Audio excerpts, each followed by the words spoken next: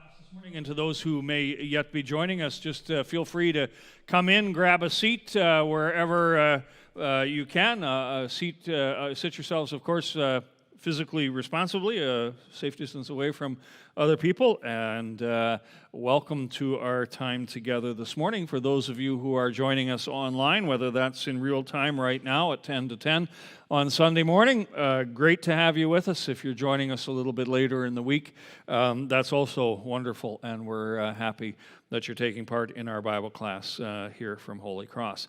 We are working our way through the stories of Elijah, and eventually we'll get to Elisha. And the goal here is not just to remind ourselves of some pretty neat Bible stories, because these are all pretty neat Bible stories, the kind that you remember from Sunday school, but to see how God used these prophets in a time when people were not particularly faithful to God. And we have noted along the way that we live in one of those times right now where more and more people are turning away from their faith. Active participation in churches has gone down in the last couple of decades, and and this is just part of the world that we live in. But it's not the first time this has happened, and as long as the Lord lets the world turn, it may not be the last time these things happen. Yet God always provides the tools, the gifts, the people, the resources for the faithful to remain faithful to Him. And back in the Old Testament, one of those resources was the prophetic ministry of first Elijah and then his successor, Elisha. All right. For those of you who are in the building this morning, there are lesson sheets. Now, they are the same lesson sheets that we used last week, so if you have yours from last week with you, that's just fine. You can keep using that. A lot of what we do in this does end up on the PowerPoint, but if you are at home and you would like to access the lesson sheets, not just the one for today, but previous weeks as well, that can be done from our church website. And if you go there and follow the various links, you will find the Bible class notes. And if you have questions during Bible class this morning, those of you who are here in the room don't need to email me. You can just stick your hand up, and I'll probably see you sooner or later. If you're at home or during the week a little bit later and you hear something and you go, I have a question about that, or that rings a bell with me and I'd like to think a little more on that subject, then just don't hesitate at all to get in touch, and I'll be happy to respond. And I will say just out loud here to a couple of people that I know have been watching online and who have emailed me over the last couple of weeks. I gotcha. Some of the emails are going to take a little bit more time to answer than others, but I will get there. They're still flagged and still in my inbox and haven't been lost. All right. Now, as we are wont to do here at the start of Bible class, it's kind of interesting, I think, just to sort of take a moment and look at the weirdness of the world that we live in and some of the things that we see happening around us. Of course, the government announced a whole new series of guidelines on Friday for our province and how we might find our way out of the COVID mess by the spring of next year. And one of the guidelines that didn't get quite as much attention as some of the others is this one that's popped up in a store somewhere.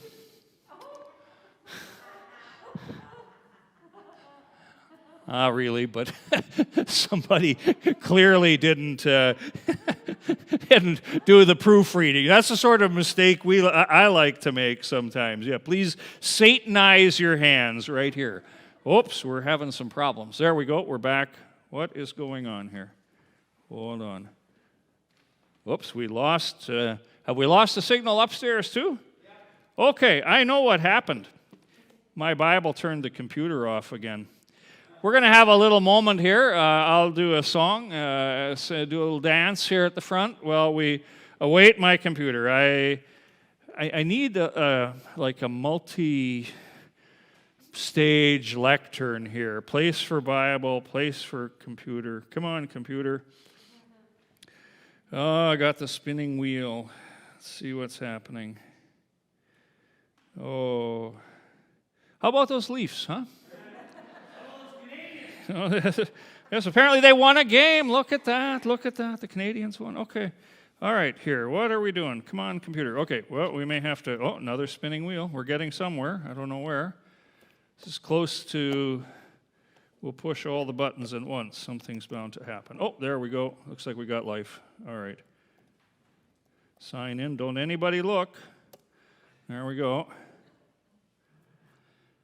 We are making progress. Okay, note to self, don't put Bible above computer. All right. And you know what normally takes 15 seconds on Tuesday afternoon is now, of course, taking, the wheel is going very slow. Oh, it's coming. It says welcome. Welcome. Welcome to all of you. Yes. Maybe you go out and Satanize your hands or something while we're doing this. There we go. Okay, we got something that looks like life here. All right, we're going to try this again. All right, PowerPoint, let's go. There we are. So I'll tell you a little family thing here today. She's not here yet this morning. 35 years ago today, Susan and I got engaged. Oh, I thought it was 34. She corrected me on that last night. Anyway, okay, it's going to recover the document. I think this is working. I think we're going to be back in business here. So, like, if you see her today, you maybe give her like the long service medal or something for putting up with me. There should be some sort of award of merit for that. Not the Order of Canada or something, but, now I did, what happened there? Okay. Don't touch nothing. All right. Okay, we're through that. We're through that. We were just Satanizing our hands. Okay, there we go. All right.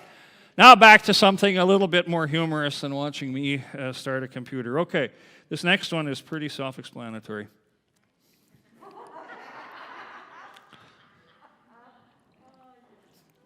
Somebody obviously mixed up the signage there, but anyway, all right. This is also pretty self-explanatory.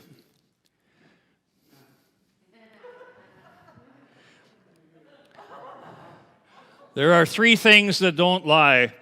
Two of them are drunks and children, and children. That is absolutely 100% true.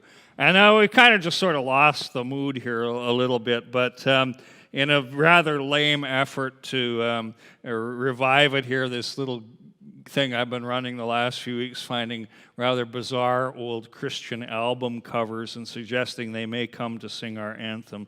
Feast your eyes on these two here.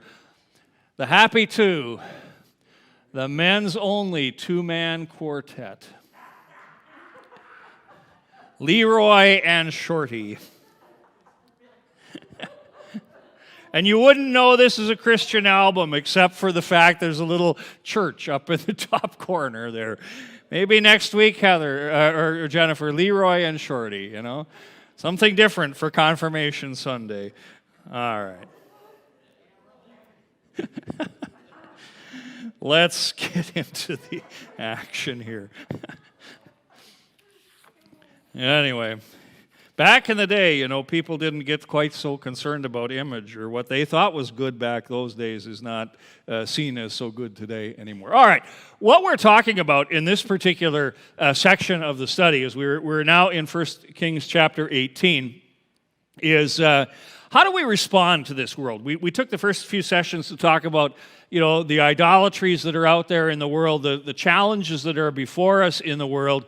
And chapter 18 kind of makes us ponder a little bit, how do we respond to that world? And I'm not going to go into a lot of detail here, but simply to remind us that over the last 20 years or so, Christian thinkers have suggested a few ways that we might respond. And broadly speaking, they fall into two basic categories. Either the category of strategic retreat, which means that Christian communities begin to sort of pull away from the world a little bit and just kind of keep to themselves, focus themselves on sustaining the faithful and sort of waiting a better day. And if you're wanting to know what that looks like in real life, you could think of the monastics, the monks, and the nuns who, at certain times in the church's history were indeed used to be the faithful repository, if you will, of the church's teaching and to hold fast to that in times of persecution. Or a more contemporary example might be Orthodox Judaism, which very much, keeps to itself. Even in our area here, the Old Order Mennonites, who march kind of according to their clock, not according to the world's clock, and kind of tend to insulate themselves and to some degree isolate themselves from the world. And some have suggested, and with good following, that may be something that faithful, conservative-minded Christians really need to do. Others, on the other side of the argument, have said, oh, no. The Great Commission is still in effect. In good times and bad times, we're to preach the word in season and out of season and get out into the world as best we can and continue to proclaim the kingdom of God. And the reality is, and I said this last time, neither of these positions is mutually exclusive. It's not a complete either or. It's finding the balance between the two. Are we going to tip more to becoming isolated and insulated from the world, or while we're, nurturing the faith, are we still going to reach out into the world? And I think you're going to see as we go through this that there is a balance, but that the preponderance, if you will, or the weight, the greater weight on that balance is going to still be to continue to reach out into the world. Jesus sums it up for us already. If you want to know where this lesson's going, I don't always let the cats out of the bag right off the bat. But Jesus, in his high priestly prayer at the very end of his earthly ministry, when, humanly speaking, the cards were stacked against the faithful like they have never been before and never have been since. I mean, the church is, at this point in time, whittled down to about 120 people. That's all that really remains of the great crowds that followed Jesus. The group is down to the immediate apostles. One of them is going to fall away, and then the church is going to be small. And Jesus doesn't say, get these guys out of here. Beam us up. Beam them up, Lord. He says, no, my prayer is not that you take them out of the world, but that you protect them from the evil one. As you sent me into the world, I have sent them into the world. And we are, at the same time, though, to be sanctified in the truth. So a kind of a both-and answer here from Jesus. We remain strong in our faith. We make sure that we're being built up in the faith that we have, but at the same time, in spite of the fact that the numbers, so to speak, don't look so good, we are out into the world. Now, let's go back into 1 Kings chapter 18. Where's my phone here? I didn't need to keep an eye on that.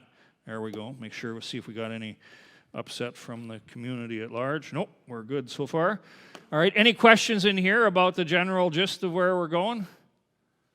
All right, we're in 1 Kings chapter 18, and the great contest between between Elijah, so to speak, and the prophets of Baal. We will not set the Bible down on the lectern again here for fear of what might happen, which we've already seen. All right. So, we are at verse 16, verse 20. What's happened here already is that Elijah has met with Ahab, and Ahab is the evil king, we recall. And he's asked Ahab to gather together all of the prophets of Baal at a place called Mount Carmel. And just so, I think we viewed these slides last time, just so you're kind of aware of the place that we're talking about. It is a real geographic place. This is one of the views of Mount Carmel. It's actually a plateau right up here in this area, kind of on the border between Israel and Lebanon.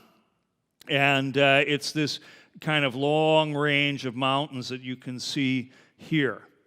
And as Elijah gathers there with the people, he makes the announcement.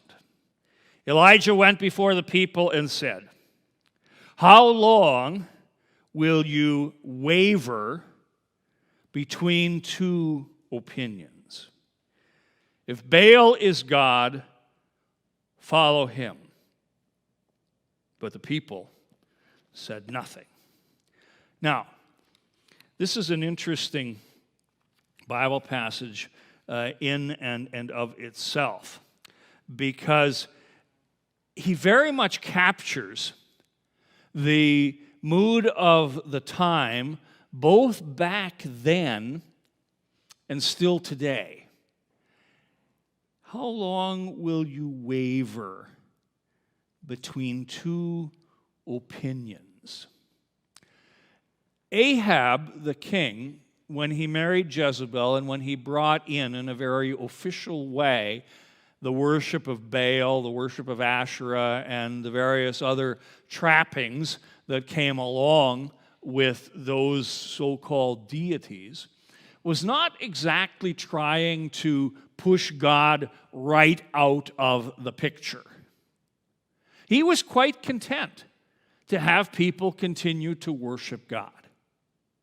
In fact, as we saw last week, one of his closest advisors, a man named Obadiah, who was probably second or third in command in the kingdom, the guy who kind of looked after his whole palace, was a very faithful servant of God. And Ahab has no problem with him. What Ahab's trying to introduce is very similar to what we see in the world today, where there are a lot of faiths, and no one faith is to be elevated above any other faith, where all faiths are to be held equal, and the only real misstep that a person can make is to say, my way is the right way, or the only way. And that's where Christians, particularly of a more conservative stripe, will find themselves getting in trouble in today's world, because we would still say, I am sure, that we believe this to be the right way. The way. You know, no one comes to the Father, Jesus says, except through me. I am the way, the truth, and the life. And that's where, you know, in a contemporary society, we begin to get into problems. And that's where things got into problems back then for Elijah. That he would dare to claim there's just really one God. And you have to worship that God. That is the God that we are called to follow. This is kind of like, what passes today in society as what we generally call tolerance. We'll waver between opinions. You believe what you believe, I believe what I believe, and we'll just try to happily coexist. The problem with that view, and I say this on the lesson sheet, and I always struggle to put these things in a kind of as down to earth a way as I can. The whole problem with this whole notion of everybody's equal is that in saying nobody has the truth, you're actually, follow me here, you're actually stating an absolute truth. To stand up and say that absolutely nobody has the truth, it is always true that nobody has the truth. Are you with me? You following me on this? You're saying something that's universally true. And the argument is actually self-contradictory when you really take it and push it a little bit. It all sounds really nice on the surface, and it goes really nice on a bumper sticker and things like that. It all sounds very smooth and all sounds very respectful. But it's actually driven by an idea that is, the whole thing, as I said, when you really push it, doesn't stand up. Because you've said something, the universal truth is that nobody's got the truth. Well, you've just said there's a universal truth. And so if there is a universal truth, let's try to find out the best universal truth, the universal truth, as opposed to your idea about what the universal truth is. And as I say on the sheets, how do you know all faiths are equal? What gives you that insight to be able to say that? Now, this is probably not a conversation you want to have always around the dinner table unless you want, the turkey legs to be flying across back and forth. But it's something to kind of have in the back of your mind as you're talking with people, who maybe come to this worldview and kind of say, well, everybody's equal. Yes, in a certain sense, everybody is. Yes, before the government shouldn't have a preferred faith. I would say that absolutely. I don't want them telling me what kind of Christianity I have to practice.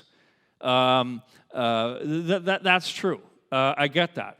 But, at the same point in time, I think it's possible and necessary that we still hold to that claim that, we believe we have the truth. And go out into the world and respectfully share that. Okay, any questions, comments, observations? I don't want to blow too fast by things. James.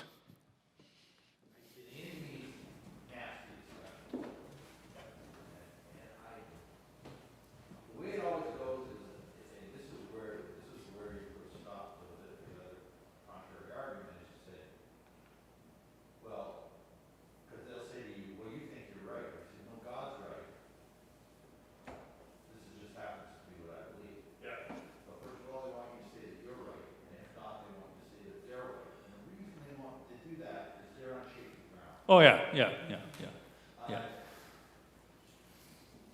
that's one of the points in all of this.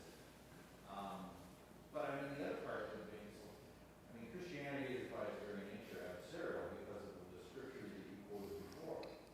Jesus said, I'm the way, the life, But the other people talk about one God. Muhammad's not a savior. No. Yeah. Okay, good. Some of what James said we're going to kind of get to. He was, again, fulfilling his prophetic office in the first row here. And so rather than capture everything he said and summarize it, we'll plow on because I think we're going to touch on some of the very things that you talked about here. So that's always good for me every once in a while to know that, okay, where I'm going here, people are actually with me. Any other questions from the room? I checked the emails. I didn't have any. No online bidding. All right. All right, let's get into the contest then. How does Elijah begin to resolve this thing? Well, he says to the people, verse 23 and following, "Get 2 bulls for us. Let them choose for themselves, and let them cut it to pieces, and put it on the wood, but not set fire to it. I will prepare the other bull, and put it on the wood, but not set fire to it. Then you call on the name of your God, and I will call on the name of the Lord. The God who answers by fire, he is God." And now the people say, "What you say is good." All right. So what is basically, there's something very subtle going on here. And this is a kind of what happens in the plagues on Egypt as well. Essentially what Elijah is doing here is he's challenging the Baal prophets to prove that their God is the real God by doing what he is supposed to do. Baal, there were many Baals in those days, but the particular Baal god introduced by Ahab and Jezebel was a god of the storm. We said earlier that he was a god of fertility. Most of the Baal gods were. But the particular angle that this particular Baal had is that he was the one who was the bringer of the rain, the bringer of the storm. And he's often pictured, as you can see in this carving from very, very long ago, with something in his hand. And what is in his hand is representative of lightning.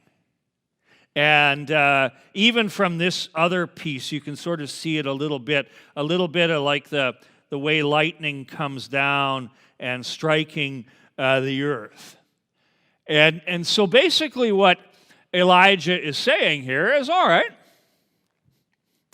let's have a duel, and let's see which God. You say your God is the lightning God. Okay, we're not going to make your God do anything beyond what is his specialty.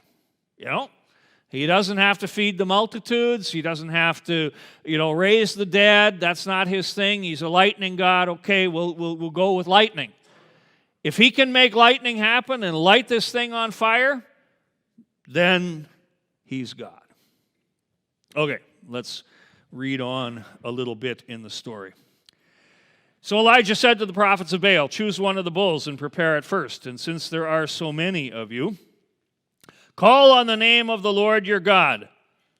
But no fooling around here. No little fire, hidden away somewhere. Don't be soaking the altar down with gas and then somebody light a cigarette. None of that.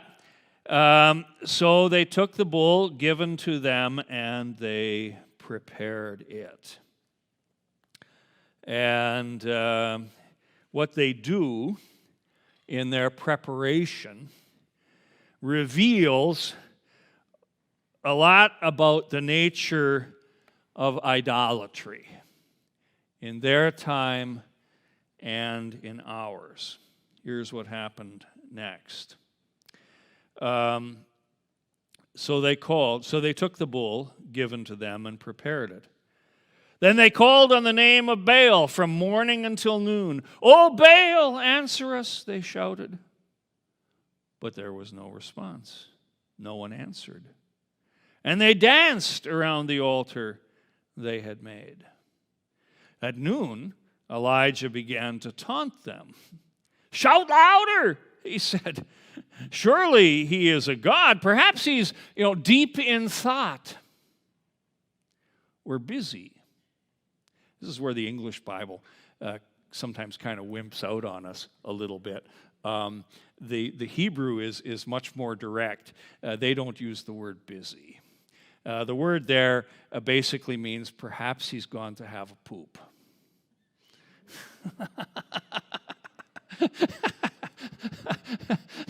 That's definitely taunting. Yeah, perhaps he's the English Bible. Some of the older English Bibles said it. He's gone aside. He's having his moment, sort of thing. But I mean, Hebrew Elijah just comes right out and says it. Perhaps he's having a dump, and he's reading a magazine, scrolling his phone, whatever it is we do in the washrooms these days.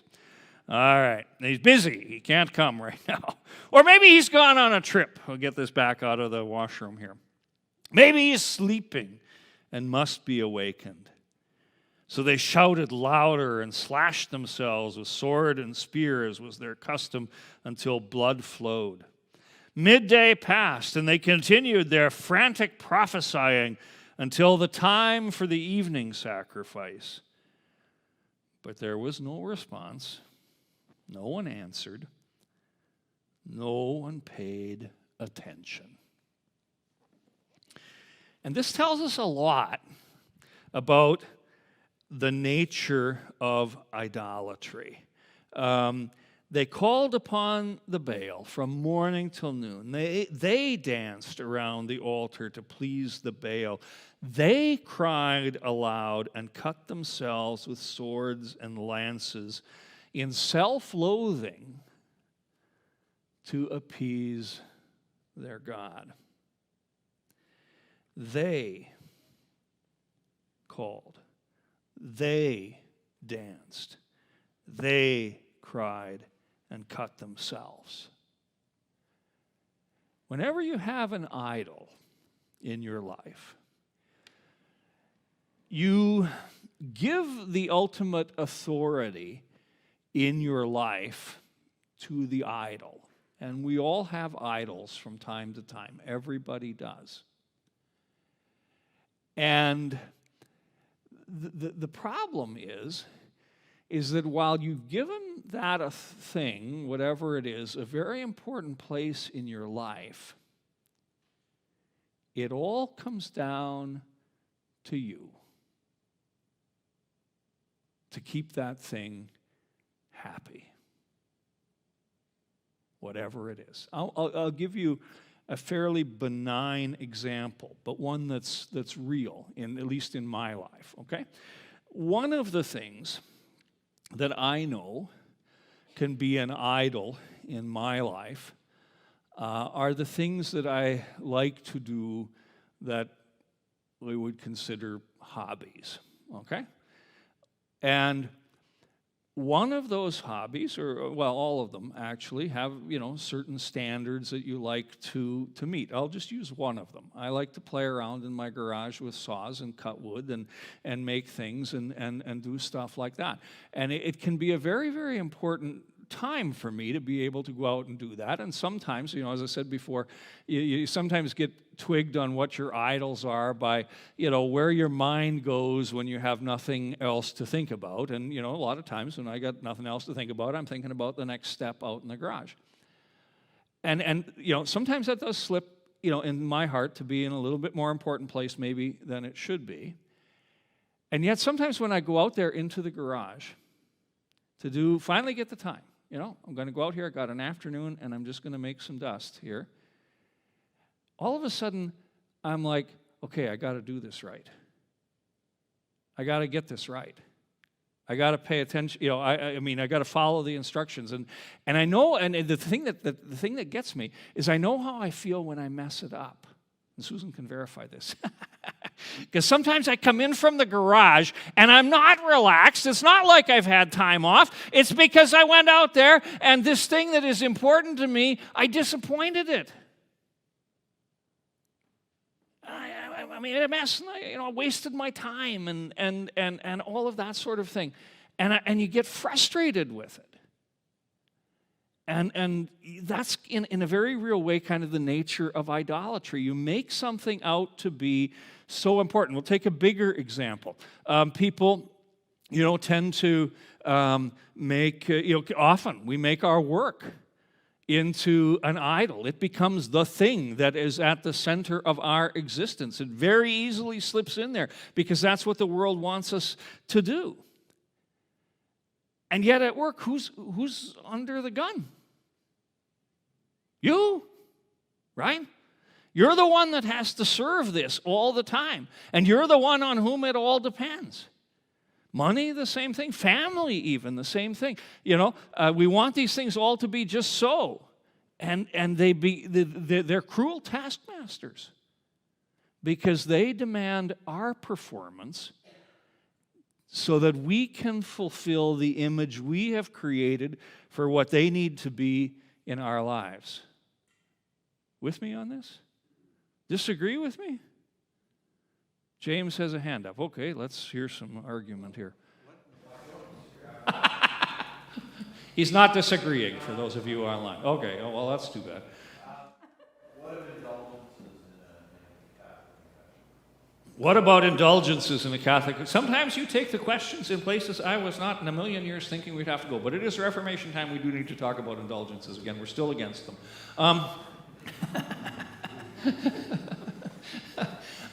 Yeah, but it's the same thing. Yeah, that became an idolatry. Yeah, because this all comes down to you.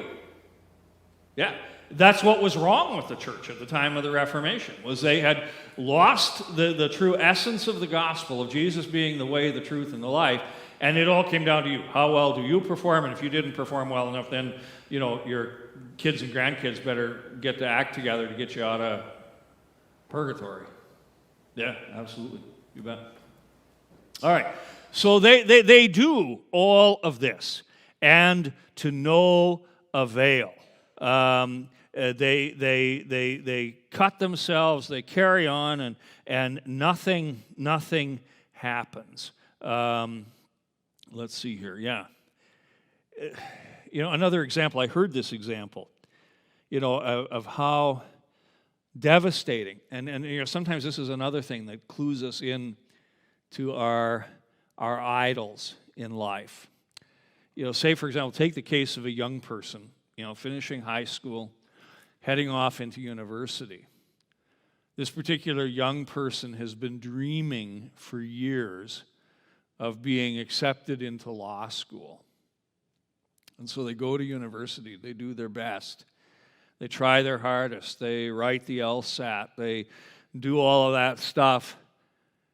And then the day comes when the letter arrives and says they didn't make it.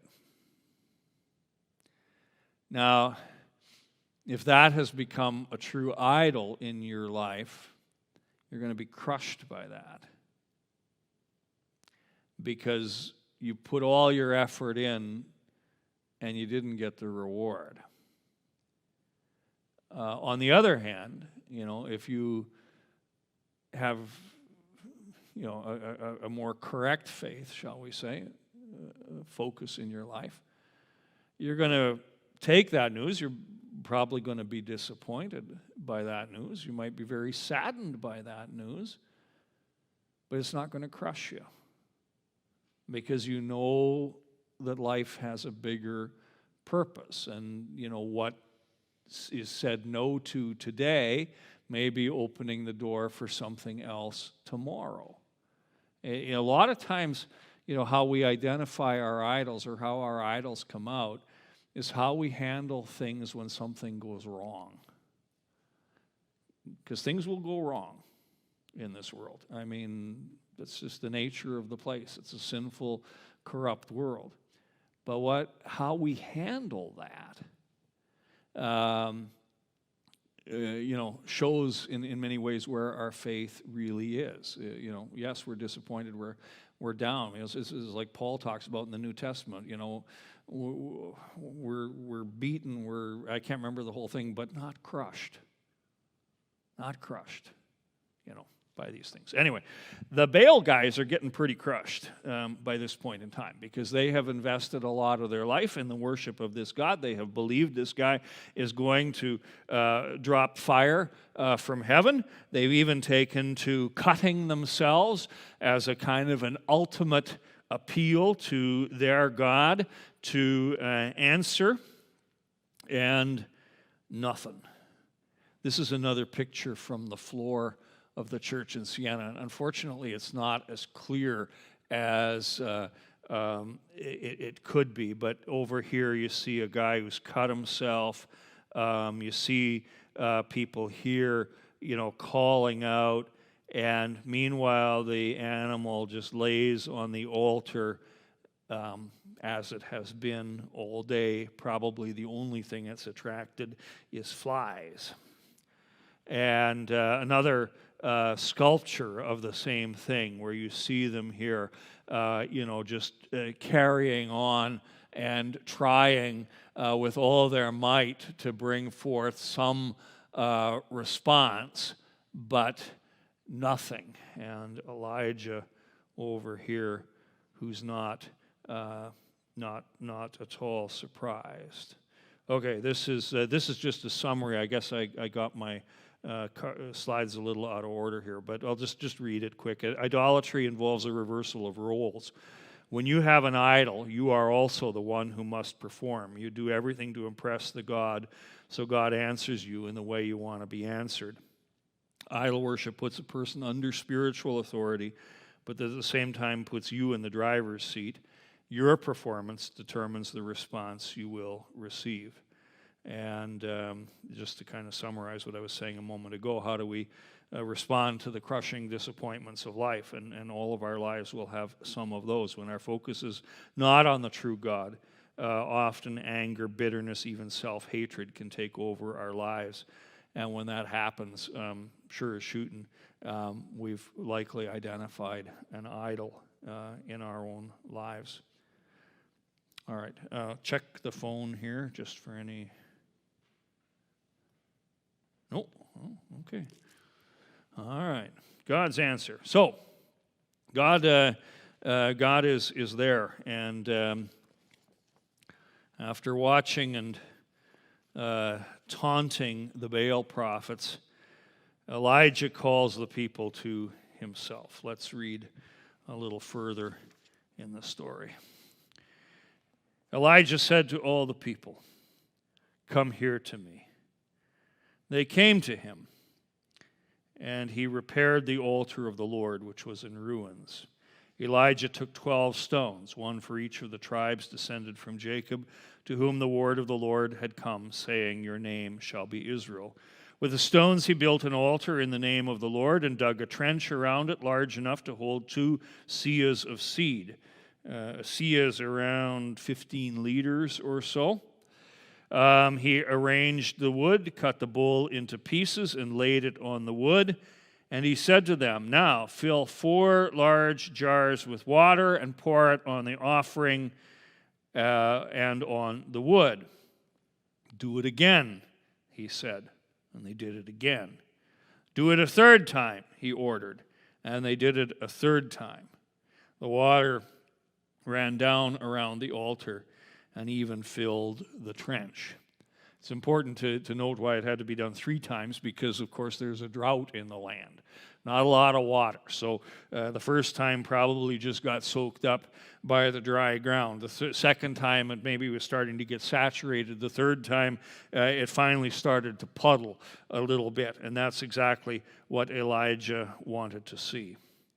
At the time of the sacrifice, the prophet Elijah stepped forward and prayed, "O Lord, God of Abraham, Isaac, and Israel, let it be known today that you are God in Israel, and I am your servant, and have done all these things at your command. Answer me, O Lord, answer me, so these people will know that you, O Lord, are God, and that you, O Lord, are turning their hearts back again." And then the fire of the Lord fell and burned up the sacrifice, the wood, the stones, and the soil, and also licked up the water in the trench. When all the people saw this, they fell prostrate and cried, "The Lord, He is God. The Lord, He is God." We'll stop there. So Elijah, has, as I said before, the sacrifice, lays it all out on the stone altar, wood, and has it soaked 3 times, so there's no chance that any stray match, any accidental torch action is going to light this thing on fire. Humanly speaking, we got wet wood, we got a wet sacrifice, nothing really here is going to burn. And then he prays. And it's interesting here, too, to note, I think this is, I didn't really make a fuss about this in the lesson sheet, but it occurred to me a little bit afterwards, the contrast in the style of prayer between the Baal prophets and Elijah. The Baal prophets are going on and on and on and on with their prayers, making a great public spectacle of their prayer. And while I don't doubt that Elijah, certainly commanded a certain presence when he prayed, and there wasn't a certain amount of drama surrounding his words, the thing that I was struck by in his prayer is how simple it really is. There's no great heaping up of adjectives, Lord, you're so mighty, you're so strong, you're so this, you're so that. To quote Homer Simpson, one of my favorites, he's trying to pray one time, and he knows all those words from confirmation, omniscient and omnipresent and everything else. Homer Simpson one time he prays, "Oh Lord, you're so omnivorous," meaning you eat everything. Anyway, Elijah's prayer is just really simple.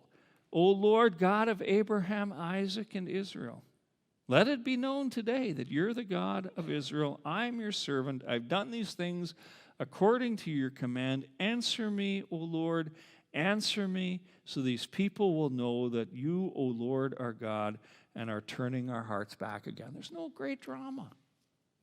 It's kind of like what Jesus says, in the Sermon on the Mount, where he talks about the Pharisees who love to pray so that their prayers are heard and seen. And Jesus says, they received their reward in full. They got their reward. Their reward was an audience. They got it. That's all they got. He said, when you pray to your Father who sees what's done in secret, and he will reward you.